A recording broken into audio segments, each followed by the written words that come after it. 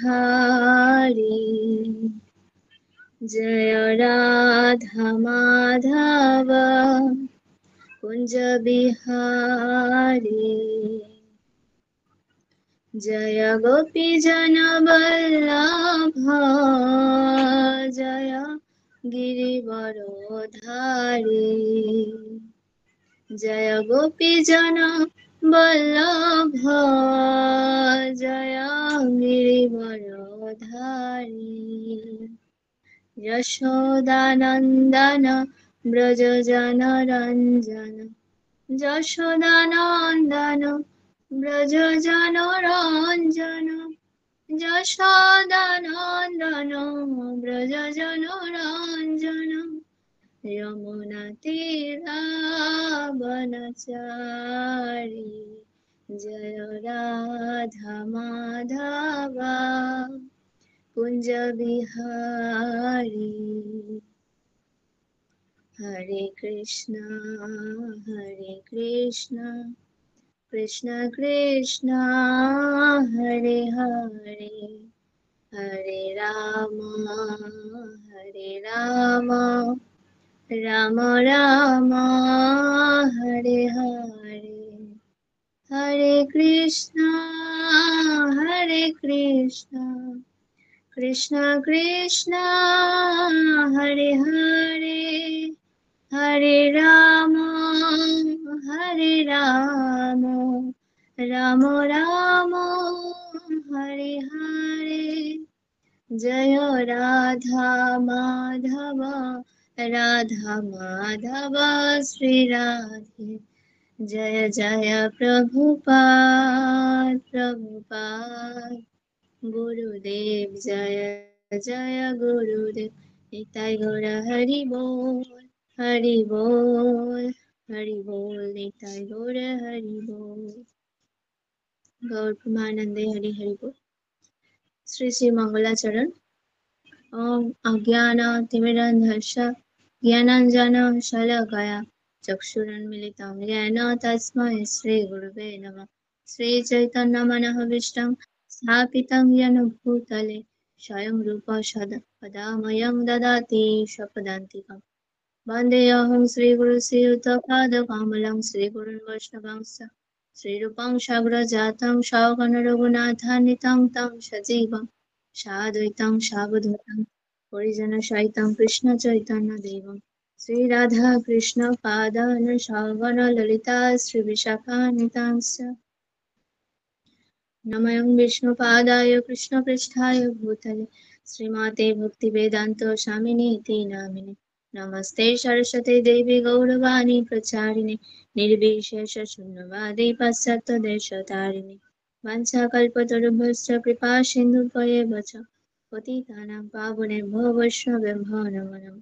हे कृष्ण करुणा सिन्धु दीनबन्धु जगत्पते गोपेश गोपिका कान्त राधाकान्त नमस्तुते। तप्त काञ्चन गौराङ्गी राधे वृन्दावनेश्वरी वृषभानुसुते देवी प्रणमामि हरिप्रिये नीलाचल निवासाय नित्याय परमात्मने बलभद्र सुभद्राभ्यां जगन्नाथाय ते नमः। ॐ वृन्दाय तुलसी देव्यै प्रिया वै केशवस्य च विष्णुभक्ति पदे देवी सत्यवत्यै नमो नमः। जय श्री कृष्ण चैतन्य प्रभु नित्यानंद श्री अद्वैत गदाधर शिवासादि श्री गौर भक्तवृंद हरे कृष्णा कृष्णा कृष्णा हरे हरे हरे राम राम राम हरे हरे। नमस्कृत्य नरं चैव नरोत्तमं देवीं सरस्वतीं व्यासं ततो जयमुदीरये नष्टप्रायस्वभद्रेषु नित्यं भगवत सेवया भगवती उत्तम श्लोके भक्तिर्भवति नष्ट मुखं करोति वाचालं पङ्गुं लङ्घयते गिरियत्कृपा तमहं वन्दे श्रीगुरो दिनतारिणः श्रीचैतन्येश्वर परमानन्दमाधव हरिओं तत्सत् তো আপনারা কৃপা আশীর্বাদ করবেন যেন আমি কিছু বলতে পারি। আমার এই ব্যাসার শুনে বসার মতো কোনো যোগ্যতা নেই, আপনাদের কৃপায় হয়তো বসতে পেরেছি, তো যেন আমি কিছু বলতে পারি। হরে কৃষ্ণ। শিলা প্রভুপাদ কি জয়, পতিত পাবন গুরু মহারাজ কি জয়, প্রণাম।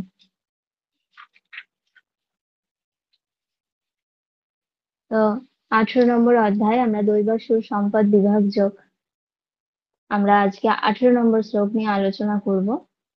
তো এখানে আজকে শ্লোকটা আরেকবার পাঠ করি আমি। অহংকারম বলম দর্পম কামং ক্রোধম চ সংশ্রিতা মাম আত্মা পরো দেহেষু প্রদ্বিষন্ত অভ্যসূয়কা। অর্থাৎ অহংকার, বল, দর্প, কাম ও ক্রোধকে আশ্রয় করে অসুরেরা স্বীয় দেহে এবং অন্যের দেহে অবস্থিত পরমেশ্বর রূপে আমাকে দ্বেষ করে এবং সাধুদের গুণেতে দোষারোপ করে। তো এই অধ্যায়তে বলা হচ্ছে আমরা অসুর অসুর প্রবৃত্তি যারা মানুষেরা আছে তারা তারা এক ধরনের মানুষ, আর যারা আহ দৈব যারা গুণবলী আছে, তো এই দুই ধরনের মানুষ সম্বন্ধে এখানে বলা হয়েছে। হুম যাদের গুণাবলী দেবতাদের স্বভাব আহ গুণ বর্ণনা করা হয়েছে এবং অসুর কারা সেই সম্বন্ধে বলা হয়েছে। তো শ্রীমদ্ ভগবদ গীতা যা এমন একটি শাস্ত্র যা সারা বিশ্বের মানুষকে শান্তির পথ প্রদর্শন করতে পারে। তো অসুর কারা এখানে আমরা জানবো, যে যারা ভগবানকে স্বীকার করে না। আর আগে যেমন আমরা দেখতে পাই কংস, রাবণ, হিরণ্যকশিপুর, এরা যেমন অসুর ছিল, তো এখন আমাদের মানুষের মধ্যে সেই অসুরের স্বভাবটা আমাদের মধ্যে দেখা যায়। তো আগে আমাদের মধ্যে এই দুটো গুণই রয়েছে, কিন্তু দেবতাদের গুণাবলীটাও রয়েছে, আবার অসুরদের গুণাবলীটাও রয়েছে, কিন্তু আমরা কোনটাকে ফলো করব, তো সেটাই আমাদেরকে জানতে হবে। এবং আজকের অনুবাদে এটা বলা হয়েছে যে অহংকার, বল, দর্প, কাম ও ক্রোধকে আশ্রয় করে অসুরদের মধ্যে এই মনোবৃত্তিগুলো থাকে, যাদের দেহের মধ্যে এই মনোবৃত্তি, তাদের চিন্তা ভাবনা যাদের এরকম থাকে, যারা নিজে অহংকারে মত্ত হয়ে থাকে, তো তারা সেই জ্ঞানের দর্প, সেই জ্ঞানের অহংকারকে ত্যাগ করে তাদেরকে বিনয়ী হতে হবে। মানে আমাদের মধ্যে সেই অসুর ভাবাপন্ন সেই মানসিকতা রয়েছে, তো আমাদেরকে সেই জ্ঞানের দর্প ত্যাগ করে আমাদেরকে বিনয়ী হতে হবে। এবং পরমেশ্বরের বলছে অন্যদের দেহে অবস্থিত পরমেশ্বর রূপে আমাকে দ্বেষ করে এবং সাধুদের গুণেতেও দোষারোপ করে। তো অসুর মনোবৃত্তি যাদের প্রবৃত্তি, তারা পরমেশ্বর ভগবানকে তো মানেই না, এবং সাধুদের যারা পরমেশ্বর ভগবানের যারা ভক্ত তাদেরকেও মানে না। তো এই জগতে কেউ কেউ বলে ভগবান বলে কেউ নেই। কেন? কারণ ভগবান যদি সবকিছুর বিশ্ব ব্রহ্মাণ্ডের মালিক হয়, তো তাহলে আমরা নিজেদেরকে কিভাবে মালিক ভাবতে পারি? তো যারা অসুর ভাবাপন্ন, তারা এটা জানে যে ভগবানকে যদি আমরা মানি, কারণ তাকে মানা মানে তাকে মালিক মনে করতে হবে, তাহলে আমি নিজেকে তো মালিক বলে দাবি করতে পারবো না। কারণ আমরা প্রত্যেকে এই জড়জগতে ভোগ বাসনার এই প্রবৃত্তি আমাদের মধ্যে আছে। তো আমরা সব সময় নিজেকে কর্তা মনে করি, মালিক হতে চাই। তো সেই জন্য ভগবানকে আমরা মানতে পারি না। তো প্রকৃতই বলছে আহ একটা শ্লোকে যে প্রকৃতেই গৃহমানানি গুণৈ কর্মাণি সর্বশঃ অহংকার বিমূঢ় আত্মা কর্তা অহম ইতি মন্যতে। তা জগতে আমরা যে কর্ম করতে বাধ্য হই প্রকৃতির গুণের, তিন গুণের দ্বারা, সত্য, তম, রজ, এই তিন গুণের দ্বারা আমরা কর্ম করতে বাধ্য হই। আমরা না চাইলেও অনেক সময় এমন কিছু কর্ম করে ফেলি যেগুলো কিনা গুণের বশবর্তী হয়ে আমরা সেই কর্মগুলো করে ফেলি।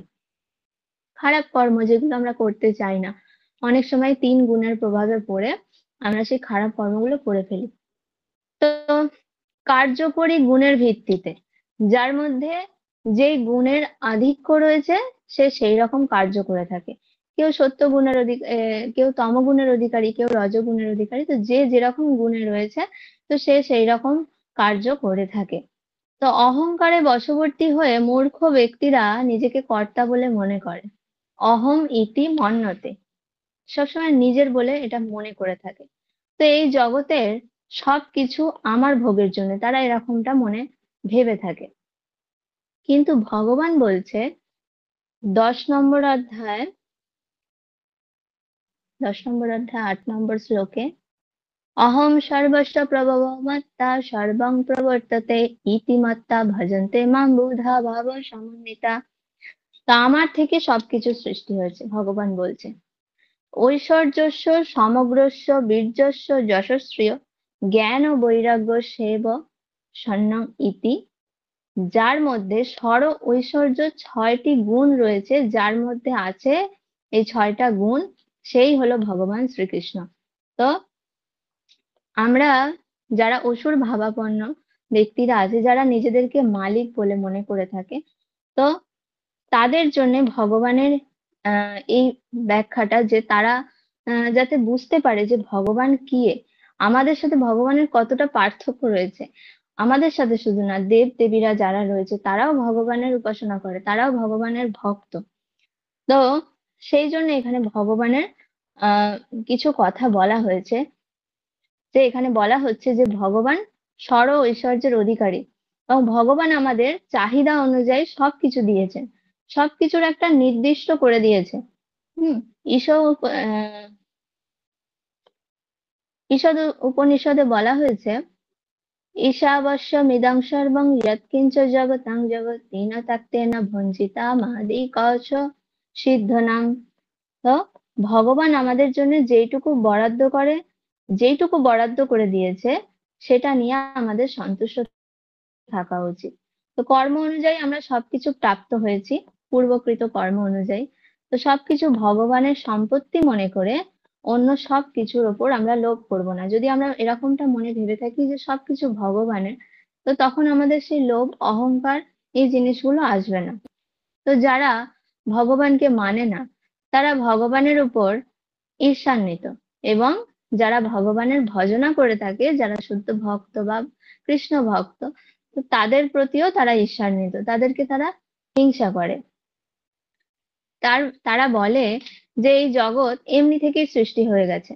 তো আমরা হয়তো এর আগেও অনেকে শুনেছে এই লীলাটা, যে নিউটনের আহ বিজ্ঞানী সায়েন্টিস্ট নিউটন, যে কিনা ভগবানকে মানতো।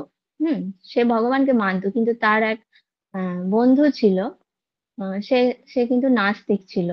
তো একদিন নিউটন সৌরমণ্ডল একটা মডেল তৈরি করে, যেরকম পৃথিবীর এরকম আমরা দেখতে পাই যখন আমরা সায়েন্স নিয়ে পড়ি, যে এরকম পৃথিবীর মতো এরকম একটা মডেল তৈরি করা হয়, যেগুলোকে আমাদের চিহ্নিত করা হয় যে এখানে এই দেশ রয়েছে, এখানে সেরকম একটা মডেল সে তৈরি করেছে, এবং তার বন্ধুকে সে আসতে বলেছে। তো বন্ধু যখন এসছে একদিন, তখন বলছে, কথা বলতে বলতে বলছে, চল একবার আমরা ল্যাবে ঘুরে আসি। তো ল্যাবে গিয়ে সে দেখছে একটা টেবিলের মধ্যে সেই সুন্দর মডেলটা রয়েছে। তখন তার বন্ধুটা তাকে, নিউটনকে বলছে যে, বা এটা তো খুব সুন্দর মডেলটা, এটা কে বানিয়েছে? তখন নিউটন বলছে, এটা তো কেউ বানায়নি, এটা কোথা থেকে এলো? এটা এমনি থেকেই হয়তো টেবিলে চলে এসেছে, জানি না তো এটা কে বানিয়েছে। তো সে বলছে, তখন তার বন্ধুরা বলছে, না এরকম আবার হয় নাকি, এটা তো কেউ বানিয়েছে। তখন বারবার মানে এরকম তর্কাতর্কি চলছে দুজনের মধ্যে। তো অনেক তর্কাতর্কি হওয়ার পর তখন নিউটন বলছে যে, এই সাধারণ এই মডেলটা যদি মনে হচ্ছে তোর, এমনি এটা নয়, এমনি এমনি এখানে আসেনি, কেউ না কেউ এটা বানিয়েছে, তাহলে অরিজিনাল যে এই বিশ্ব ব্রহ্মাণ্ডটা, তাহলে এটা তো কি করে এমনি এমনি হয়ে গেল? এটাও তো কেউ সৃষ্টি করেছে। তো তখন সে এই জিনিসটা একটু বোঝার চেষ্টা করলো, সে বুঝতে পারলো। তো ভগবান যে আছে, তার জন্য আমরা সরল ভাবেই আমরা বুঝতে পারি, তার জন্য আমাদেরকে জ্ঞানী পণ্ডিত হতে হবে না।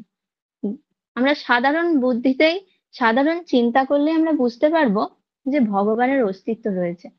হুম তো যাদের কপট মানসিকতা, তারাই শুধু কেবল বুঝতে পারে না যে ভগবান বলছে যে কারা আমাকে জানতে পারে না, ভক্তা মাম অভিজানাতি, সরি, কারা আমাকে জানতে পারে, ভক্তা মাম অভিজানতি, আমার ভক্তরাই কেবল আমাকে জানতে পারে। তো ভগবানের কৃপাতেই আমরা ভগবানকে জানতে পারবো। যেমন আমরা রাতে সূর্যকে দেখতে পাই না, কিন্তু দিনের বেলা আমরা সূর্যকে দেখতে পাই। কি করে দেখতে পাই? সূর্যের আলোতেই আমরা সূর্যকে দেখতে পাই। তো সেই রকম ভগবানের কৃপায় আমরা ভগবানকে জানতে পারবো, বা ভগবানকে আমরা দর্শন করতে পারবো। আমাদের সেই শক্তি সামর্থ্য দিয়ে আমাদের নিজেদের কোনো শক্তি সামর্থ্য কোনো যোগ্যতা নেই যে ভগবানকে আমরা দর্শন করতে পারবো। তার কৃপার ফলেই আমাদের সেটা একমাত্র সম্ভব। তা হিরণ্যকশিপুর এত শক্তিশালী ছিল, উনি কিন্তু ভগবানকে দেখতে পায়েন, কিন্তু প্রহ্লাদ মহারাজ যে 5 বছরের শিশু, সে কিন্তু ভগবানকে দর্শন করতে পেরেছে। হ্যাঁ, হিরণ্যকশিপুরও দেখতে পেয়েছিল, কিন্তু সে কি মৃত্যু রূপে ভগবানকে দেখেছিল। তো সেই রকমটা, যারা ভগবানকে মানে না তাদের কাছেও ভগবান দেখা দেবে, কিন্তু মৃত্যু রূপে প্রকাশিত হবে, কাল রূপে। আর ভগবানের ভক্তদের কাছে ভগবান সচ্চিদানন্দময় বিগ্রহ। তো সেই সুন্দর আনন্দময় হয়ে সে আমাদের সামনে দর্শন দেবে। তো এই জগৎ সৃষ্টি হয়েছে, তো সৃষ্টি হয়েছে মানে তার নিশ্চয়ই সৃষ্টিকর্তা রয়েছে। এই জগৎটা তো সৃষ্টি হয়েছে, সেটা আমরা বুঝতে পারলাম, কিন্তু এই জগতের সৃষ্টি হয়েছে মানে এটা কেউ সৃষ্টি করেছে, নিশ্চয়ই তার একটা কর্তা রয়েছে, মালিক রয়েছে। তো কেউ সৃষ্টি করেছে এবং কেউ যে সৃষ্টি করেছে সেই কিনা পরিচালনা করছে। তো কোনো কার্য সম্পাদন করতে গেলে কর্তার প্রয়োজন হয়। কোনো কার্য সম্পাদন করতে গেলে কর্তার প্রয়োজন হয়, যেরকম আমরা জেনে এসেছি ছোটবেলা থেকে, ক্রিয়া ক্রিয়া কর্তা বস্তু এই বিষয়গুলো আমরা পড়েছি। তো কর্তা দ্বারা কোনো কিছু সংগঠিত হয় না। হ্যাঁ, তো আমরাও সেই ব্যক্তি, কিন্তু আমাদের এটা জড়দেহ, অনিত্য, অজ্ঞানী। আমরাও হলাম ব্যক্তি, ভগবান হচ্ছে একটা ব্যক্তি, কিন্তু আমরা হচ্ছে জড়দেহ। আমাদের এই দেহটা স্থায়ী নয়, ক্ষণস্থায়ী, অনিত্য, অজ্ঞানী আমরা। কিন্তু ভগবান হলো সৎ চিৎ আনন্দময়, নিত্য, পরম জ্ঞানী। তো এই অসুরেরা ভগবানকে স্বীকার করে না। এতক্ষণ আমরা জানলাম যে ভগবান বলে কেউ আছেন যিনি সৃষ্টি করছেন, যা অসুরেরা বোঝে না। তো এবার তারা কি করে জানবে যে এই ভগবানটা কে? তো এই জগতে দুটি জ্ঞান রয়েছে, একটা জাগতিক জ্ঞান, একটা আধ্যাত্মিক জ্ঞান। তো ভগবত তত্ত্ব বা আধ্যাত্মিক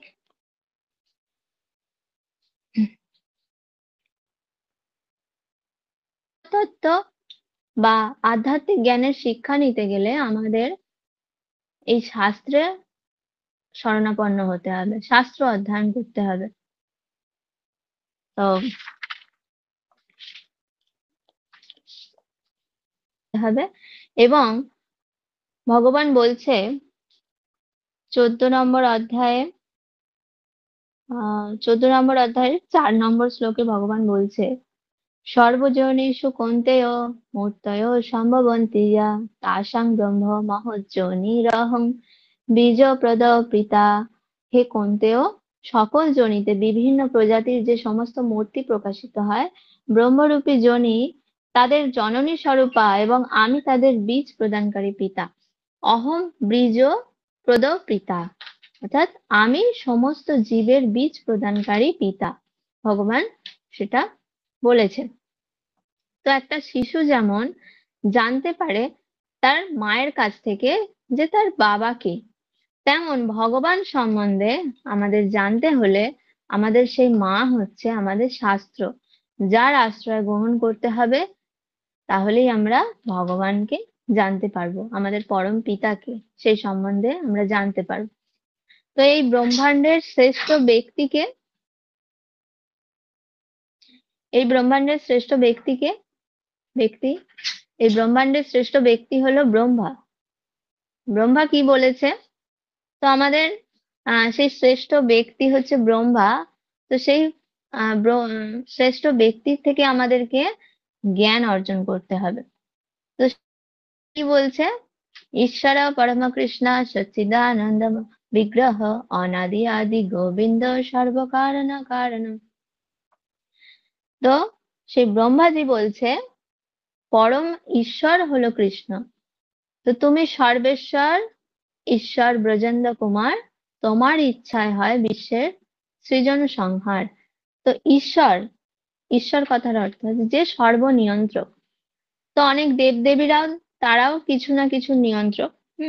যেমন সূর্য দেবতা আছে, আহ লক্ষ্মী দেবী আছে যিনি কিনা অর্থের অর্থ এইসবের দিকটা, ধন সম্পত্তি এইসবের দিকটা মেনটেন করে, বিদ্যার দেবী সরস্বতী। তো এরকম নানা দেবদেবীরা রয়েছে যারা কোনো না কোনো বিষয়ের নিয়ন্ত্রক। কিন্তু শ্রীকৃষ্ণ ভগবান হলো পরম নিয়ন্ত্রক, সে সব ঈশ্বরেরও ঈশ্বর, পরমেশ্বর।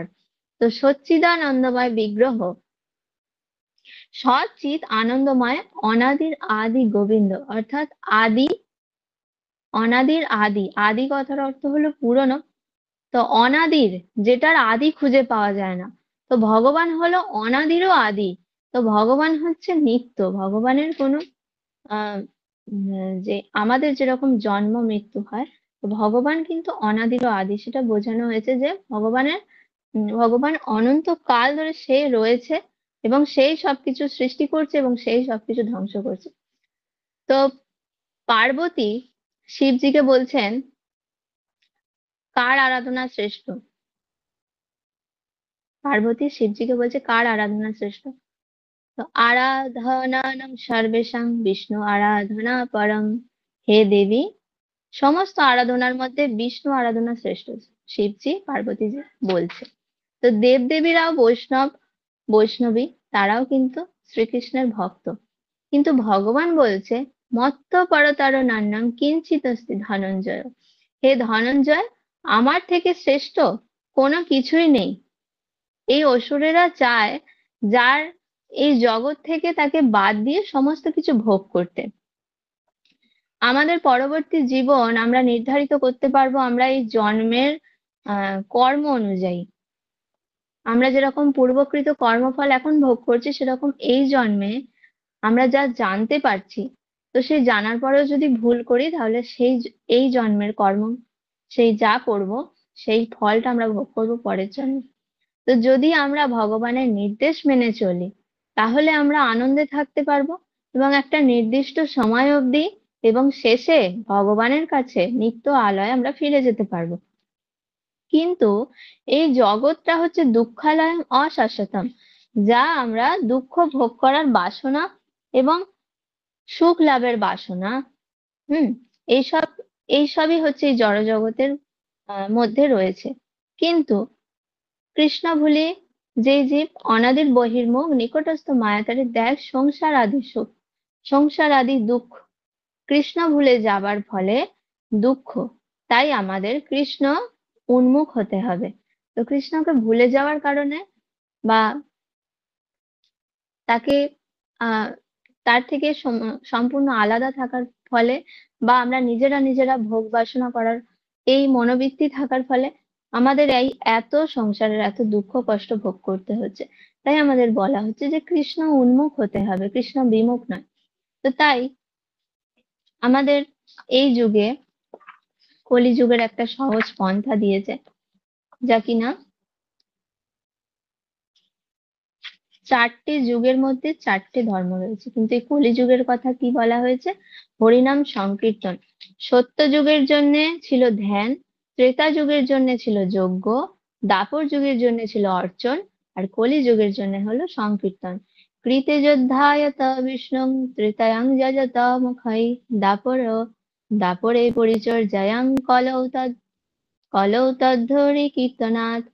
শ্রীমৎ ভাগবতের 12 নম্বর স্কন্ধে 3 নম্বর অধ্যায় 52 নম্বর শ্লোকে বলেছে, সত্য যুগে ভগবান বিষ্ণুর ধ্যানের মাধ্যমে আরাধনা করত, ত্রেতা যুগে যজ্ঞ সম্পাদনের মাধ্যমে, দাপর যুগে ভগবান শ্রী পাদপদ্মে সেবা সম্পাদনের মাধ্যমে যে ফল লাভ করা যেত, কিন্তু কলি যুগে কেবলমাত্র শ্রী হরির নাম সমন্বিত হরে কৃষ্ণ মহামন্ত্র কীর্তন করার মাধ্যমেই তা লাভ করা যায়। খুব সহজ পন্থা। তো কলিযুগে আমাদের এই করুণ অবস্থা দেখে ভগবান আমাদেরকে কৃপা করেছে। ব্রজেন্দ্র নন্দন যে শচী সুত হইল, যেই বলরাম হইল নিতাই, পাপি তাপি যত ছিল হরি নামে উদ্ধারিল, তার সাক্ষী জগাই আর মাধাই। তো একটা ভজনে এটা বলা হয়েছে। তো সেই আমাদেরকে কৃপা করেছে। তো তার জন্যে এই কলিযুগে এত পাপ এত অনাচার থাকার পরেও যদি হরিনাম সংকীর্তনের সাথে আমরা যুক্ত হতে পারি, আমরা এই মহামন্ত্র জপ করতে পারি, কীর্তন করতে পারি, ভক্ত সঙ্গ করতে পারি, তাহলে আমরা এই পাপ অনাচার থেকেও আমরা মুক্তি লাভ করতে পারবো, যা কিনা অন্যান্য যুগে অনেক অনেক কঠিন পন্থা ছিল।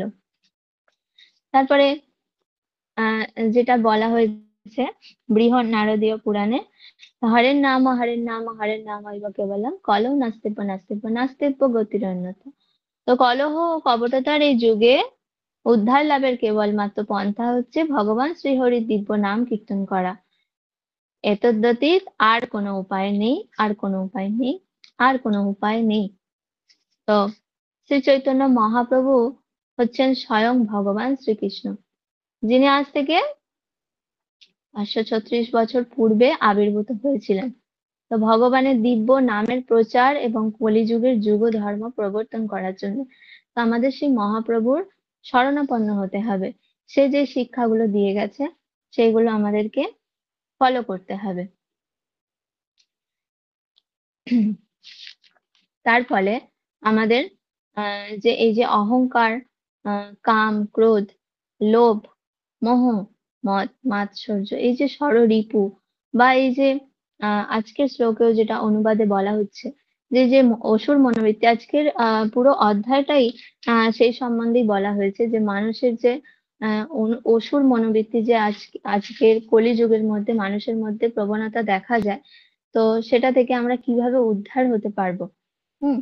তো সেই জন্য আমাদের একটা সহজ পন্থা দেওয়া হয়েছে এবং মহাপ্রভু বলছেন যে প্রভু কহে কহিলাম এই মহামন্ত্র, ইহা জপ গিয়া সবে করিয়া নির্বন্ধ, ইহা হইতে সর্বসিদ্ধি হইবে সবার, সর্বক্ষণ বলো এতে বিধি নাই আর, শয়নে স্বপনে কিবা জাগরণে, অহনিশি কৃষ্ণ চিন্তা বলহ বদনে, গোলকেরও প্রেম ধন হরিনাম সংকীর্তন, ব্রহ্মারও দুর্লভ প্রেম করিবারে দান। তো যা আমাদের কাছে আছে অকাতরে দান করেছেন সেই মহাপ্রভুর চরণ আমাদেরকে আশ্রয় করতে হবে। এবং শ্রীল প্রভুপাদ যিনি প্রচার করেছেন সারা বিশ্বে, এবং মহাপ্রভুর সেই বাণী সারা বিশ্বে কত কষ্ট করে প্রচার করেছেন, এবং আমাদের গুরু মহারাজরা এখনো সেই আমরা দেখতে পাচ্ছি যে কত কষ্ট করে কত প্রতিকূল অবস্থার মধ্যে অসুস্থ থাকা সত্ত্বেও তারা এত সুন্দরভাবে প্রচার করছে সেই ভগবানের দিব্য নাম, এবং আমাদের জীবের কিভাবে কল্যাণ হবে, আমার মতো অধম আহ এই পাপী তাপী মানুষদের কিভাবে কল্যাণ করতে পারবে, সেই উদ্দেশ্যে শুধুমাত্র তারা এখনো পর্যন্ত কত প্রচেষ্টা করছে। সেই তাদের সেই শুদ্ধ মহাত্মাদের আমাদের চরণে আশ্রয় করতে হবে। যেজন ভজে কৃষ্ণ সেবরও চতুর, দুর্লভ মনুষ্য জন্ম লোভিয়া সংসারে, কৃষ্ণ না ভজন দুঃখ কহিব কাহারে। তো এই মনুষ্য জন্ম সার্থক করতে হলে গৃহে থাকো বনে থাকো সদা হরি বলে ডাকো। তো আমাদের সমস্ত সবকিছুর একটাই সলিউশন, এই হরিনাম সংকীর্তন এবং এই গীতা ভাগবত সমস্ত রকম বৈদিক শাস্ত্রগ্রন্থ অধ্যয়ন করা আর সাধু সঙ্গ করা। কারণ আমরা সাধু সঙ্গের প্রভাবে থাকার ফলে আমরা এই জ্ঞান অর্জন করতে পারছি, আধ্যাত্মিক জ্ঞান, যা কিনা আমরা হয়তো নিজেরা শাস্ত্র অধ্যয়ন করলে সেই সবকিছুর মানে আমরা উদ্ধার করতে পারি না। তার জন্য আমাদের এই শুদ্ধ ভক্তের সঙ্গ করতে হবে, তাদের মুখ নিঃসৃত বাণী শ্রবণ করতে হবে, যার ফলে আমরা ভগবানকে চিনতে পারছি। তো তারাই হচ্ছে ভগবানের তারা প্রতিনিধি, যা আমাদের জন্য তারা এসেছেন। তো তাদের নির্দেশ আদেশগুলো যদি ফলো করতে পারি, তো শুদ্ধ ভক্তরা হলো কিনা ভগবানের সব থেকে প্রিয়। তো সেই প্রিয় মানুষের কথা যদি আমরা শ্রবণ করি, তার নির্দেশগুলো ফলো করে চলি, তাহলে ভগবানের কাছেও আমরা প্রিয় হতে পারবো। তো ভগবান আমরা যদি ভক্তদের সেবা করি তাহলে ভগবান প্রসন্ন হয়, এবং ভক্তরা সর্বক্ষণ বলে থাকে ভগবানের সেবায় যুক্ত থাকতে। তো ভগবান সেই কারণে আহ মানে দুজনের পরস্পরের সেবায় খুশি হয়, ভগবান খুশি হয় ভক্তের সেবাতে এবং ভক্তরা খুশি হয় ভগবানের সেবাতে। তো এটাই হচ্ছে আমরা যেটা জড় জগতে এই জ্ঞান আমরা পাই না, এত সুন্দর শিক্ষা আমরা পাই না। সবসময় ভক্তদের মধ্যে সেই বিনয় ভাব, এই প্রবণতাগুলো আমরা দেখতে পাই। হম তো আজকে আমার এই শ্লোক থেকে এটুকুই উপলব্ধি। তো আজকে আ আমার ৭ তারিখে ক্লাস থাকার কথা ছিল, কিন্তু তমোহর প্রভুর কৃপায় আজকে আমাকে এই সুযোগটা দিয়েছেন প্রভু, যে আমার আমার জন্মদিনের দিনে আজকে যে এত বড় আ সুযোগটা আমাকে দিয়েছে, তার জন্য প্রভুকে অসংখ্য ধন্যবাদ। যে আমি একটু কিছু হলেও বলতে পেরেছি, চেষ্টা করেছি। কিন্তু আমি বুঝতে পারছি যে আজকে আমার অতটাও ঠিকঠাক হয়নি ক্লাসটা। হয়তো আমি ঠিক করে বলতে পারিনি গুছিয়ে। জানি না কেন নার্ভাস লাগছে। তো সবাই কৃপা করবেন, আশীর্বাদ করবেন এবং ভুল ত্রুটি আমার ক্ষমা করবেন। হুম। হরে কৃষ্ণ, কৃষ্ণ কৃষ্ণ হরে হরে, হরে রাম, রাম রাম হরে হরে। वाञ्छाकल्पतरुभ्यश्च कृपासिन्धुभ्येव च पतितानां पावनेभ्यः वैष्णवेभ्यो नमो नमः। श्रील प्रभुपाद की जय, पतित पावन गुरु महाराज की जय, अनंत कोटि वैष्णव वृंद की जय। गौर प्रेमानंद हरि हरि।